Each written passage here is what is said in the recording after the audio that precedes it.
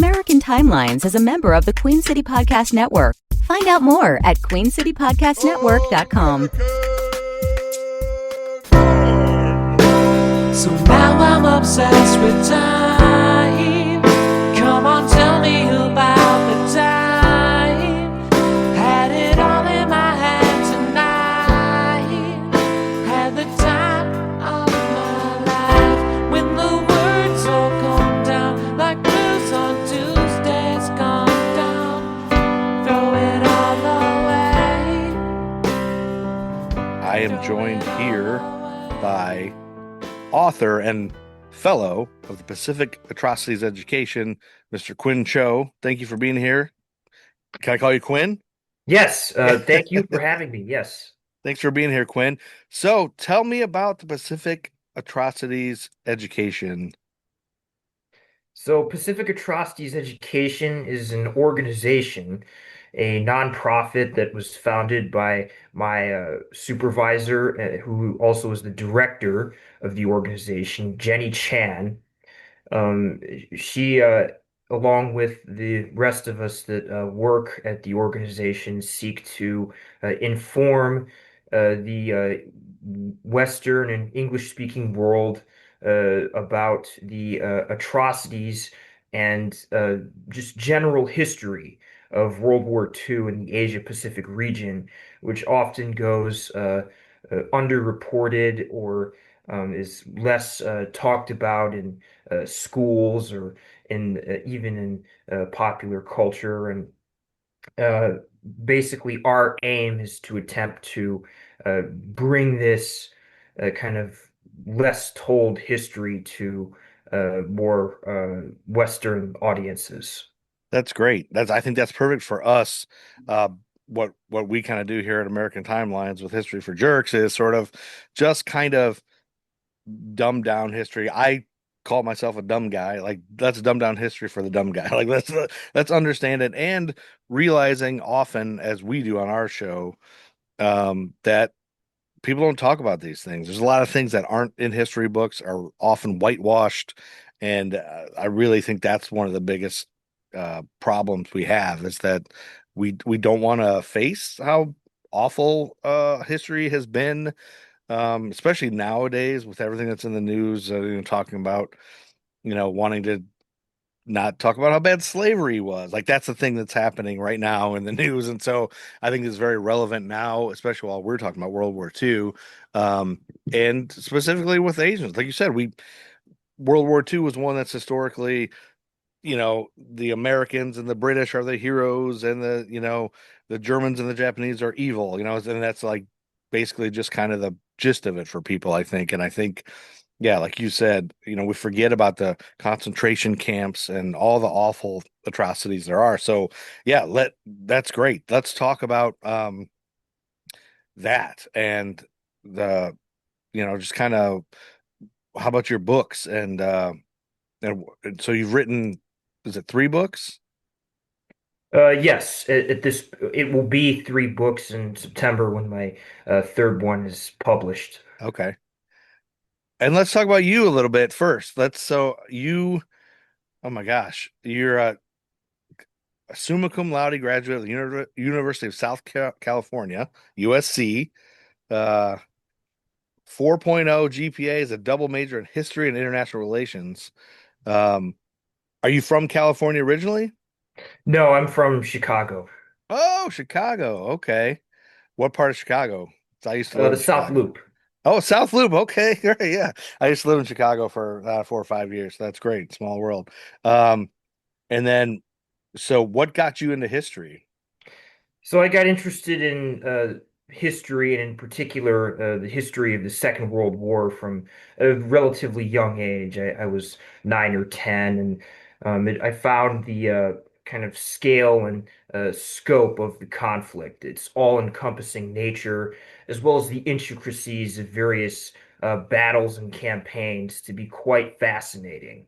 Wow. So fascinating, in fact, that I began voraciously reading about the subject all throughout my adolescent and teen years, and um, began to kind of see the Second World War as a hobby, and even indeed a bit more than a hobby, um, or to studying the Second World War, that is.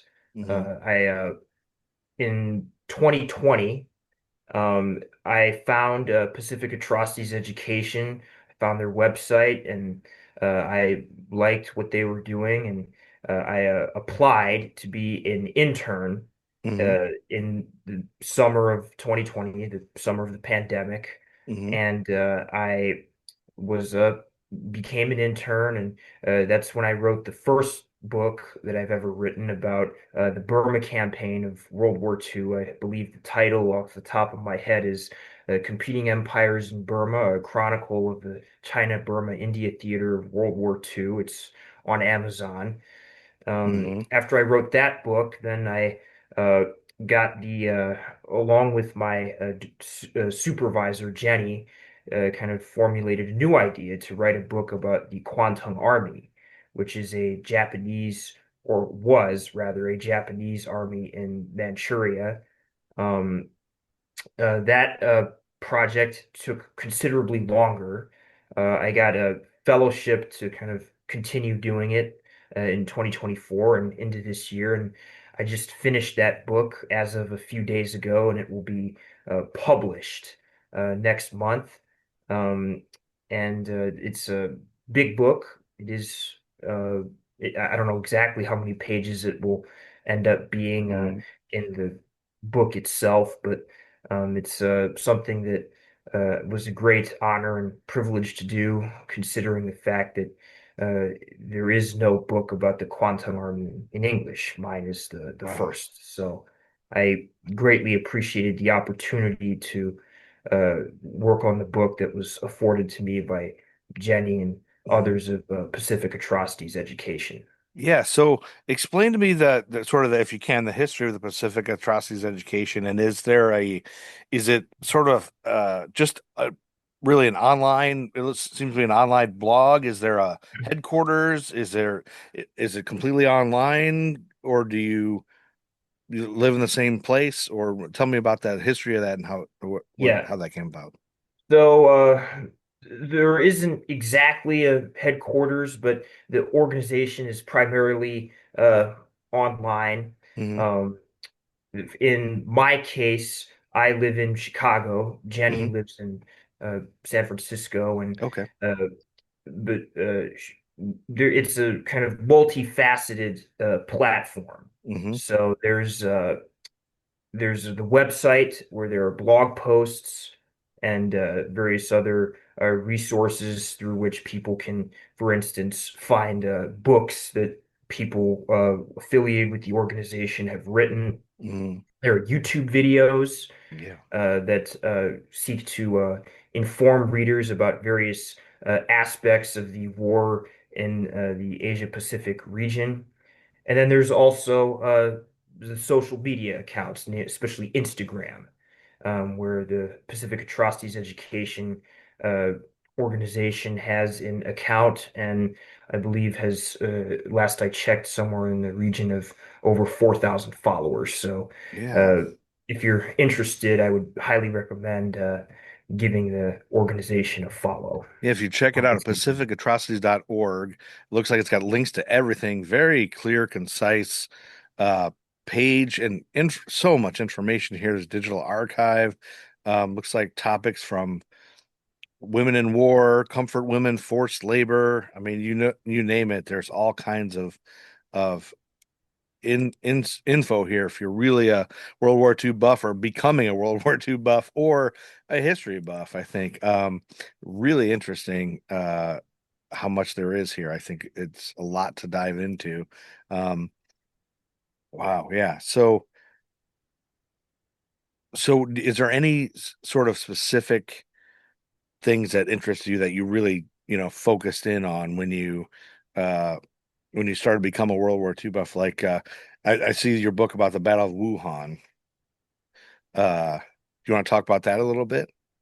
Yeah, so the book about the Battle of Wuhan was written actually during my time as a fellow, kind of in the kind of mid to late summer of 2024 into the beginning of 2025. Hmm. Finished it in January of this year, and it's a mini book. It's not like my other book about the book about the Quantum Army is rather hefty. This book about the Battle of Wuhan is smaller and has comparatively fewer sources, but it might be more digestible in some regards.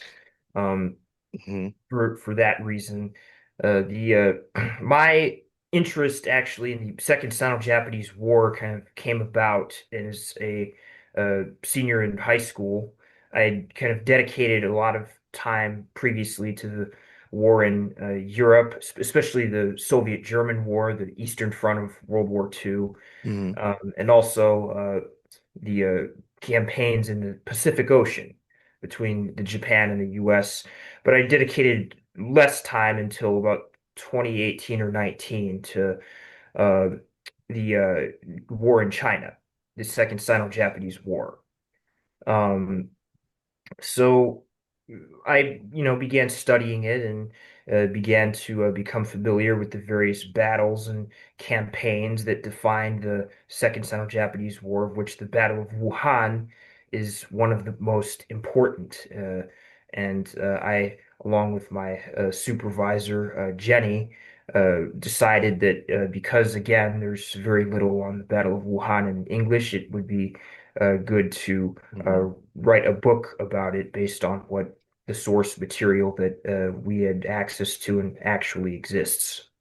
Yeah. And then so a little bit back to the rise of the Quantum Army that you talked about. That so that was more uh 30s, right? So Yeah, that's the 20s and the 30s, 30s, yeah, mainly the gotcha. 30s. Yes. So I'm probably gonna get into that, but give me just an overview of like dumb guy here.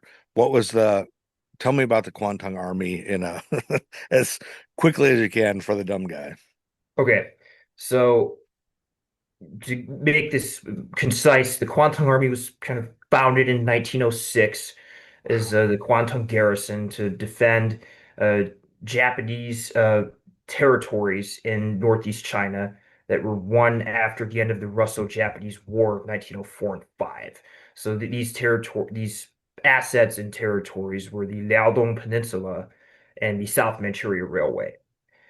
Um, Basically throughout the kind of teens and 20s, there are a variety of kind of things that boil over, namely the rise of Chinese nationalism after the Chinese Revolution of 1911. And you have really, and also the kind of rise of the warlords in China. um, the Kwantung Army is particularly supportive of this one warlord, a guy named Zhang Zuolin, throughout the 20s, but he kind of began straying from what the Kwantung Army was wanting him to do. He started kind of supporting Chinese-owned enterprises and railways and the like, and kind of allowing too much Chinese nationalism, express too many expressions of Chinese nationalism in the Northeast China. And so one of the Kwantung Army's officers assassinated him in 1928. By 1931, it was clear that the Kwantung Army had planned and intended to conquer all of Manchuria. They planned to do so for 2 years since at least 1929. The plans were put together by two colonels, Lieutenant Colonel Ishiwara Kanji and Colonel Itagaki Seishiro, who were staff officers on the Kwantung Army staff. They did this on their own initiative, without explicit orders to do so from Tokyo, either the government or the general staff, and or even from their own commander in the Kwantung Army. And then they subsequently implemented their plan on September the 18th, 1931, which consisted of first conducting a false flag attack on the Japanese-owned South Manchuria Railway, blaming this attack on the nearby Chinese, and then initiating an attack on the nearby North Barracks and a variety of cities along the South Manchuria Railway line. Then they kind of expanded the scope of the incident to other provinces and places outside the immediate sphere of the South Manchuria Railway on various fabricated pretexts. The use of false flags was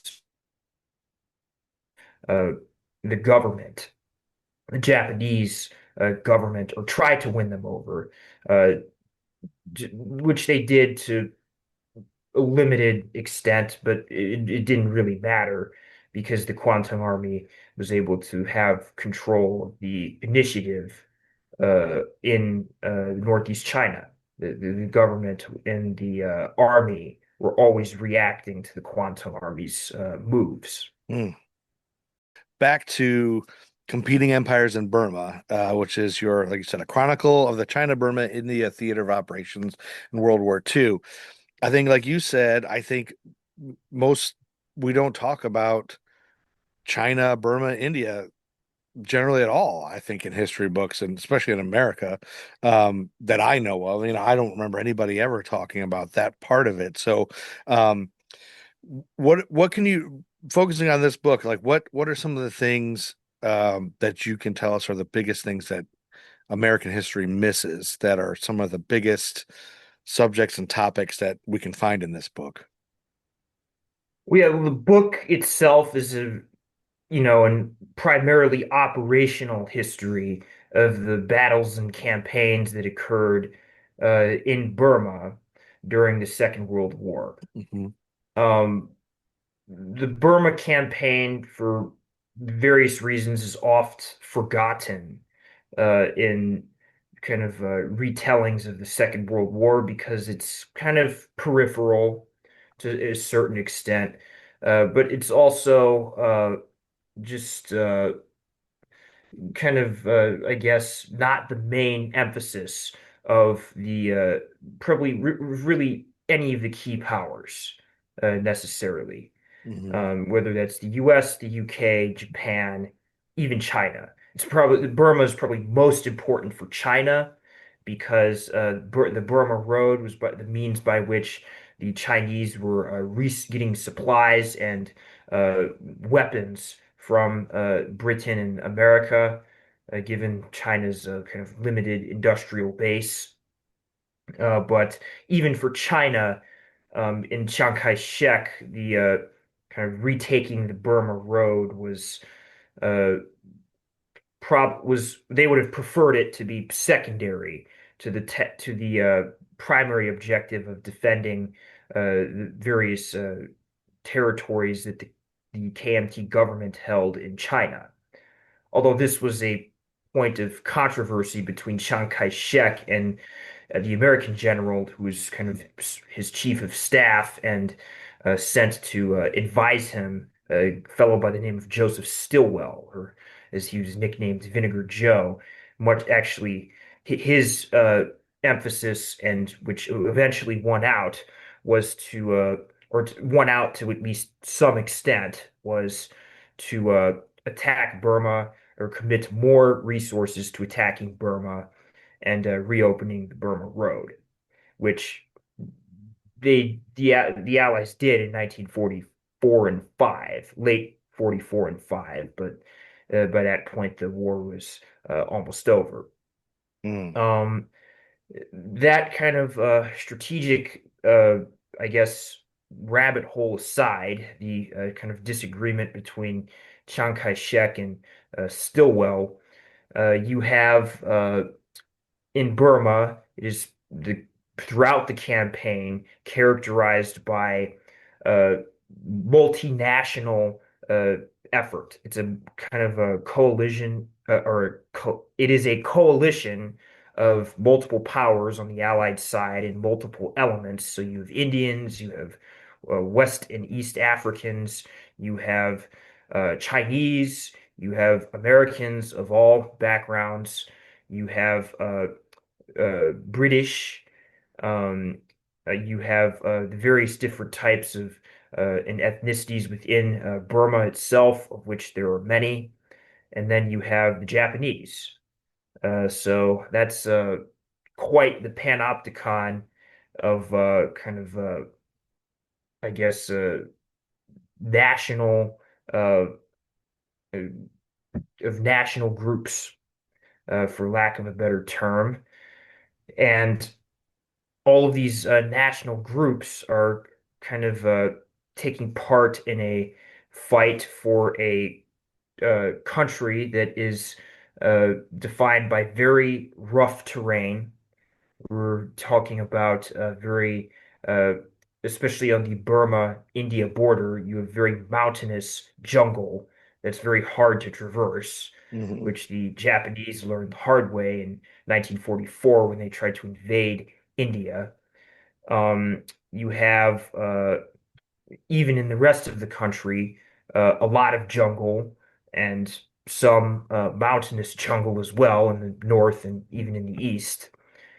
Um, you have because of the nature of the terrain, the Japanese were able to in 1941 and 2, in December of 41 and the first half of 42, kind of continually outflank and I guess envelop in some cases, or almost envelop several Allied units that were in the country, and basically put them to flight. They forced them after a series of these kind of outflanking maneuvers that through the jungle and through kind of the rougher terrain, they were able to rout repeatedly the overextended British and British commanded forces that were kind of trying to defend in a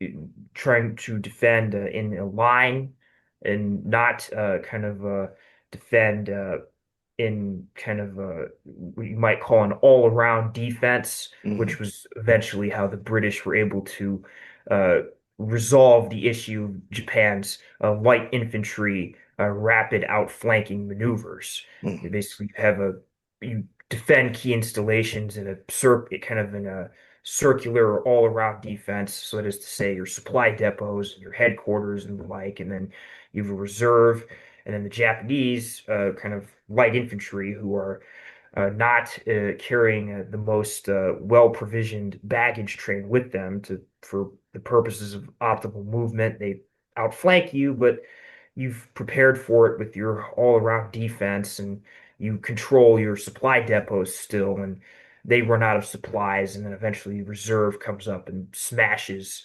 the force that was that outflanked or attempted to outflank your all-around defense. And this was how the British eventually defeated the kind of Japanese I guess, light infantry outflanking maneuvers. But in 1941 and 2, they were very unprepared to handle this, and they were put to flight from the country and forced to withdraw. Now, I know it's a very uh, involved overview Yeah.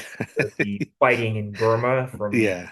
41 to 45, but it's it is without getting into too many specifics, the I guess something that is less well known about is the kind of specifics of the Hmm. fighting, and um, I think that it's good to know that. Yeah, I think yeah, it's not fair to you that I said sum up all of World War II in one area in a paragraph. It's like impossible to do and when it's a big overview. But I think for me, the biggest thing that I'm excited about is just looking into some of the stuff as you're talking. As I get to some of these things, I feel like you guys, the Pacific Atrocities Education, it's sort of a resource I feel like I'm now connected to that if I get really in depth on something, let's have you talk about this particular thing, if you're open to talking more. Um, but so when you mentioned, so a lot of times I get hung up on different people as I don't know, as, not as characters, but as historical figures. You talked about Vinegar Joe. I was like, oh, who's this guy? I'm just kind of like looking through his bio, and in the 40s, and we're in 1944. So I found this little bit about um in his Wikipedia page where they say following the Chinese defeat to a major Japanese offensive in 1944, Stilwell appealed directly to President Roosevelt for support and delivered uh, to Chiang Roosevelt's message, which threatened that Lend-Lease aid to China would be cut off if Stilwell was not appointed in full command of all Chinese forces. Um, and I didn't know if, like, is this something specifically that you're aware of this guy, Yes, and this disagreement that he had with uh the Chiang Kai-shek. British, yeah. And the British is he Stillwell was a bit of a they called him Vinegar Joe for a reason. He was certainly an acerbic character Yeah. and had quite a good many disagreements with basically all of his allies, including Chiang Kai-shek and the British. Yeah. And I wrote actually about his delivery of the letter from Roosevelt to Chiang Kai-shek in my book. It's a very noteworthy incident that Yeah. is kind of detailed in all of the chronicles of the campaign or anything about Burma in the Second World War that I've read. That's a secondary source. You have Mhm. Stilwell delivering the his letter to Chiang Kai-shek, and yes, it essentially indicates that if Chiang Kai-shek does not step down and cede command of the various Chinese armies to Stilwell, he would basically stop getting Lend-Lease aid from the United States, which at that point was still being flown in over the Himalayan mountains. Mhm. The kind of roots of the disagreement between Chiang and Stilwell, which I'd kind of mentioned or made mention of earlier, Mhm. were that basically uh, Stillwell wanted to equip and supply with the limited Lend-Lease aid that was available. He wanted to use the vast majority of it for two forces in India and Burma that were Mhm. Chinese, X Force and Y Force, right? Okay. Yeah. That was Stillwell's idea. Chiang Kai-shek, for his part, preferred to utilize the equipment and resources that were available for his remaining Chinese forces in defending other parts of China, Mhm. which by September 1944 had been many of these had been overrun in Japan's Operation Ichigo offensive of the spring and summer of 1944. But even still, the Chinese were holed up in kind of few provinces of the West, and Chiang would have preferred to focus what remaining resources were available from Lend-Lease to defend these areas. Mhm. And this had been a running argument between Chiang and Stilwell throughout uh, 42 through 44, as and was certainly a point of contention between them, to put it mildly. You Mhm. also had other kind of more general philosophical disagreements, in that Stilwell much preferred that the Chinese forces take the offensive in China, um, whereas Chiang was more of the persuasion that the Chinese forces under his command were, for a variety of reasons, namely their still inadequate weapon systems, kind of fragmented and inconsistent command and control capabilities, um, especially kind of with the lack of staff officers and therefore the kind of lack of detailed planning Mhm. operationally that could occur, and the lack of key supplies and training. Mhm. Chiang believed that these kinds of great the offensive doctrine that Stilwell believed in was not suitable for his forces.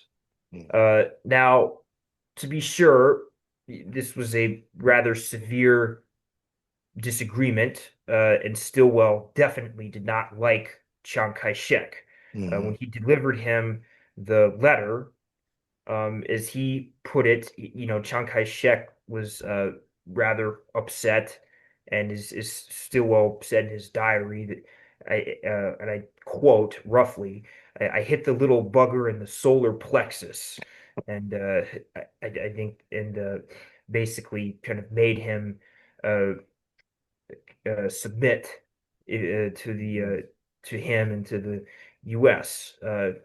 It was a rather severe case of intra-allied controversy, but Mhm. Stilwell was nonetheless able to, despite being a guest in China, he was able to a great extent get his way and Mhm. use the Lend-Lease aid as a kind of lever. He consistently did this throughout 42 through 44, and actually a lot of there was about 685,000 tons of Lend-Lease aid flown in over the Himalayas. More than Wow. half actually was either aviation fuel for Claire Chennault's 14th Air Force, or kind of related to the Air Force.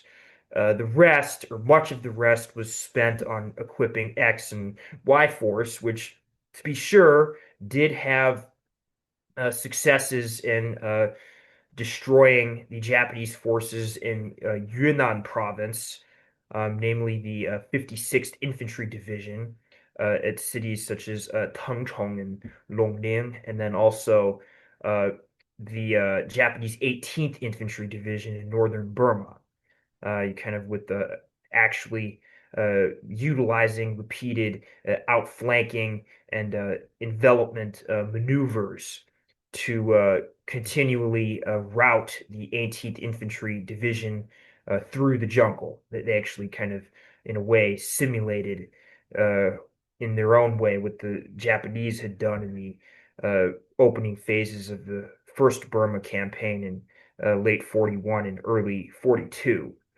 And in this way, Stilwell was able to retake much of Yunnan and northern Burma, and by 1945 reopen much of the Burma Road. He built an extension road called the Leto Road to kind of India. But the trouble was, this it was kind of, the war was winding down, and this was probably not the best commitment of resources strategically, given especially from Chiang Kai-shek's point of view, because he lost control of large swaths of central China. So, this is basically, Stilwell was tactically a very capable officer who was noted to be tactically capable. He came first actually in the kind of Louisiana maneuvers, which are the were United States Army maneuvers that occurred in Louisiana and were kind of a test of an officer's tactical and combat capabilities.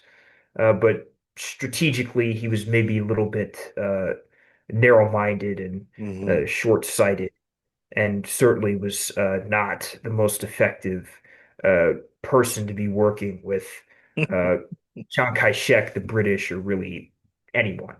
He's a little Yeah. bit too acerbic of a personality. Yeah, and I think that's kind of the things that it's hard to know that, the way people were then, it's kind of forgotten. And I think people, I don't know, it's not talked about. I mean, it's just black and white sometimes, like on paper, what happened in the str strategies and but just him being in that area and just taking over, not caring about the locals. Obviously, he just wants to get his agenda probably, and just I don't know, just like, and the racism I think is not taken into account when you read history books a lot. I mean, that is just so, yeah, I think there's just so much here, I think, that you've covered in just these books. And I think just knowing about you guys and what you do at the you know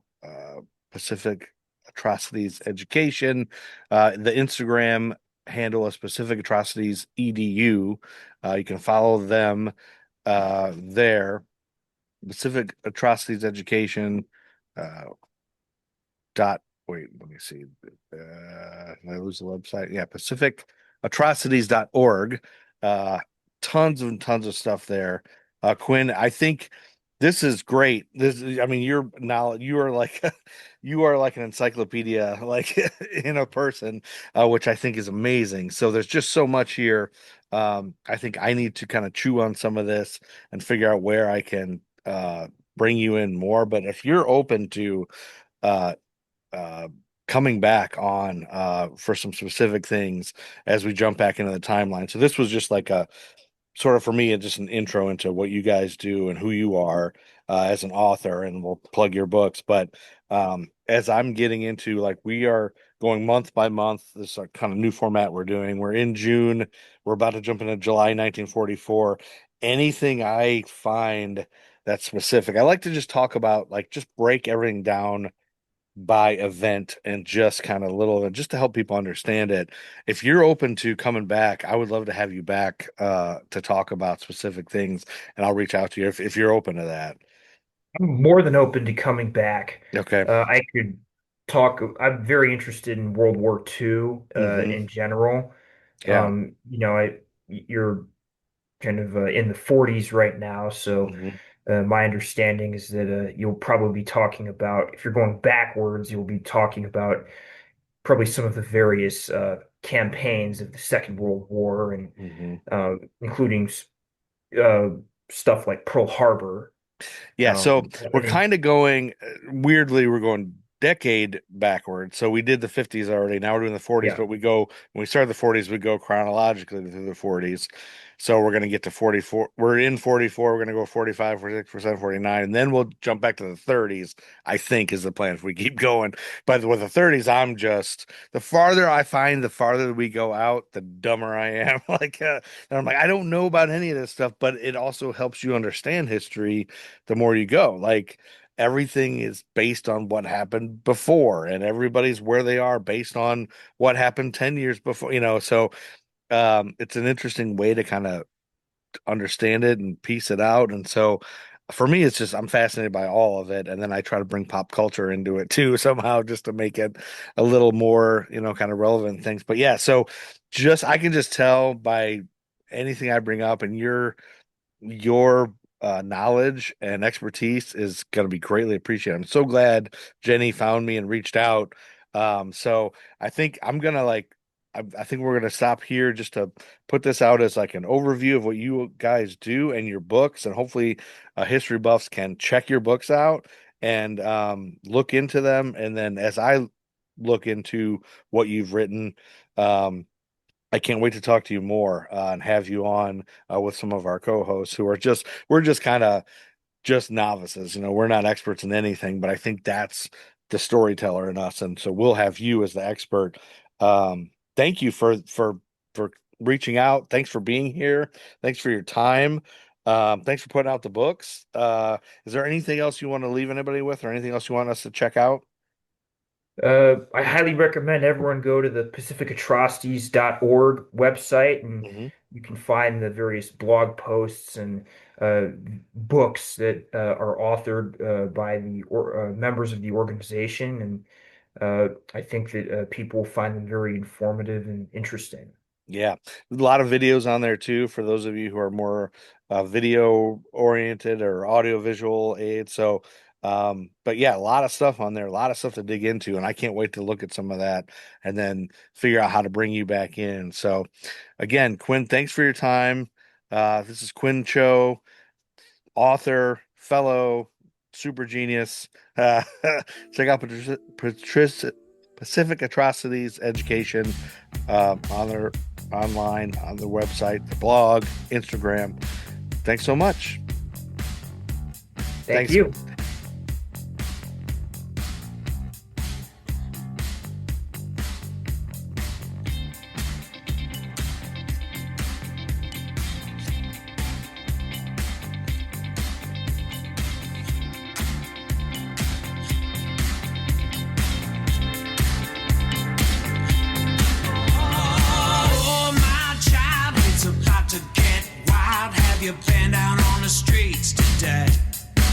Say, yeah, now, baby, it's about to get crazy. Everybody's got something to say.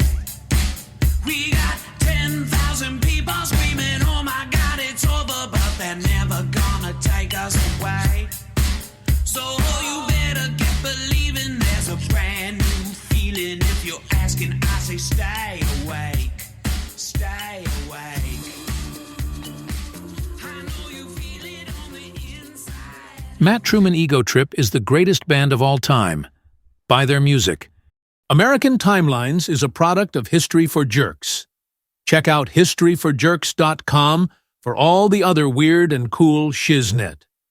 There's the Gruff and Loud Show, a YouTube show for Gen X weirdos who like pop culture and weird shit.